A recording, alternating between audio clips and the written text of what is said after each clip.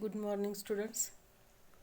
काल आपण जे प्रॉब्लेम्स ग्रुपवर टाकले होते त्यातला हा पहिला प्रॉब्लेम आहे. From the following receipts and payments account and additional information prepare income and expenditure account for the year ended 31 March 2019 and balance sheet as on that date. म्हणजे काय सांगितले, खाली दिलेला रिसिट पेमेंट्स अकाउंट आणि additional इन्फॉर्मेशनवरून म्हणजेच ॲडजस्टमेंटवरून तयार काय करायचं तर income expenditure account for year ended किती 31 मार्च 2019 आणि बॅलन्स शीट ते पण त्याच तारखेचे आपल्याला विचारलेले आहे. Receipt payment for the year ended पण दिले आपल्याला 31 मार्च 2019 आणि इन्कम एक्सपेंडिचर अकाउंट पण त्याच डेटला आपल्याला प्रिपेअर करायला सांगितलेलं आहे. आता पोस्टिंग करत असताना पहिल्यांदा आपण रिसिट पेमेंटची रिसिट साईड बघूया. तर हा जो ओपनिंग बॅलन्स आहे टू बॅलन्स ब्रॉडाऊन याचा कुठंही इफेक्ट होणार नाही. त्यानंतर आता रिसिटला सबस्क्रिप्शन आहे, हे इन्कम साईडला जाईल. त्यानंतर डोनेशन बघायचं, स्पेसिफिक डोनेशन असेल तर ते लायबिलिटीला जातं आणि जर रेव्हेन्यू डोनेशन असेल तर ते इन्कम. इथं रेव्हेन्यू दिले त्यामुळे ते इन्कम. एंट्रन्स फी पण इन्कमलाच जाणार आणि इंटरेस्ट आहे तो पण इन्कमला जाणार. आता पेमेंटला सॅलरी आहे, salary expenditure, printing stationery expenditure, commission expenditure, कारण हे पेमेंटला आहेत. पेमेंट म्हणजे पैसे आपल्याकडून गेलेले आहेत आणि रिसिट म्हणजे पैसे मिळाले असतात ते इन्कम असतात आणि पेमेंट म्हणजे खर्च असतो.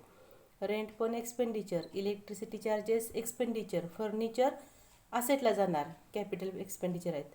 आणि बाय बॅलन्स कॅरी डाऊन हा पण आयटम असेटला जाणार, हा कॅशचा क्लोजिंग बॅलन्स आहे. या पद्धतीनं इफेक्ट होणार आहेत. आता ॲडजस्टमेंट बघायचे, हे एक सिंगल इफेक्ट झाले. जसे आपण ट्रायल बॅलन्समधला एक इफेक्ट करतो तसं इथं रिसिट पेमेंटचा एक इफेक्ट झाला. आता ॲडजस्टमेंट बघायच्या. पहिली सांगितले आउटस्टँडिंग रेंट वॉज ₹200. आता आउटस्टँडिंग रेंट हे कुठं आहे बघायचं, इन्कमला आहे का एक्सपेंडिचरला. तर इथे पेमेंट साईडला दिलेलं आहे. रेंट म्हणजे खर्च आहे, चालू वर्षाचा खर्च आहे. रेंटचं भाडं ₹200 आहे पण ते दिलेलं नाही. या टॉपिकमध्ये विचार करताना चालू वर्षाचा तो खर्च आहे का, चालू वर्षाचं ते इन्कम आहे का, ह्याचा पहिला विचार करायचा. असेल तर ॲड, नसेल तर लेस करायचं. आता हे करंट इयरचं आहे, कोणतंही इयर दिलेलं नाही तर ॲडजस्टमेंटमध्ये, म्हणजे आपण काय ट्रीट करणार ते करंट इयर आहे म्हणून त्या पर्टिक्युलर एक्सपेंडिचरमध्ये ॲड होणार. आणि तेवढे पैसे आपण दिलेले नाहीत, देणं लागतो म्हणून बॅलन्स शीटच्या लायबिलिटी साईडला. आउटस्टँडिंग रेंटचा पहिला इफेक्ट रेंटमध्ये ॲड, दुसरा इफेक्ट बॅलन्स शीटच्या लायबिलिटी साईडला. त्यानंतर second adjustment, subscription includes ₹1000 as subscription received in advance. काय म्हटले बघा, सबस्क्रिप्शन इन्क्लूड्स म्हणजे सबस्क्रिप्शनमध्ये इन्क्लूड आहे. तिकडे जे रिसिटला सबस्क्रिप्शन आहे त्याच्यावर ॲडजस्टमेंट आहे. हे जे ₹5000 इथं दिसत आहेत रिसिटला, त्याच्यामध्ये काय इन्क्लूड आहेत तर ₹1000 रिसिव्ड इन ॲडव्हान्स, ॲडव्हान्समध्ये मिळाले. मग ॲडव्हान्समध्ये मिळाले म्हणजे तो चालू वर्षाचं इन्कम असणार का, तर नाही. जर चालू वर्षाचं इन्कम नसेल तर पहिलं काय केलं पाहिजे, लेस. आणि ज्या व्यक्तींच्याकडून ते ॲडव्हान्समध्ये मिळाले त्या व्यक्तींना आपण 31 मार्च रोजी तेवढी रक्कम देणं लागत असतो म्हणून त्याचा दुसरा इफेक्ट बॅलन्स शीटच्या लायबिलिटी साईडला. अँड पुढं subscription outstanding for current year ₹500.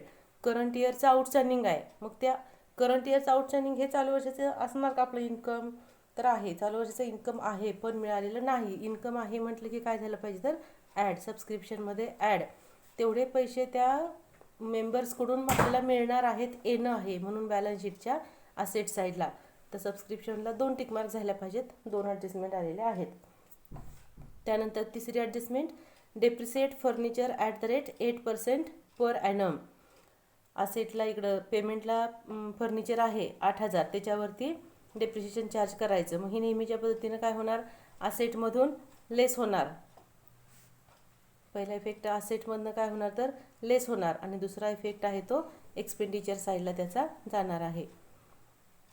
त्यानंतर 50% एंट्रन्स फी शुड बी कॅपिटलाइज्ड. ह्या एंट्रन्स फीवरती ॲडजस्टमेंट आहे.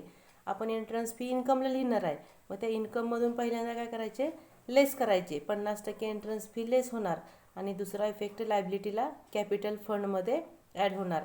कॅपिटलाइज्ड करा, कॅपिटलायझेशनची एकतरी ॲडजस्टमेंट ह्या प्रॉब्लेममध्ये आपल्याला नेहमी असणारच आहे. इम्पॉर्टंट ॲडजस्टमेंट आहे आणि सोपी पण आहे.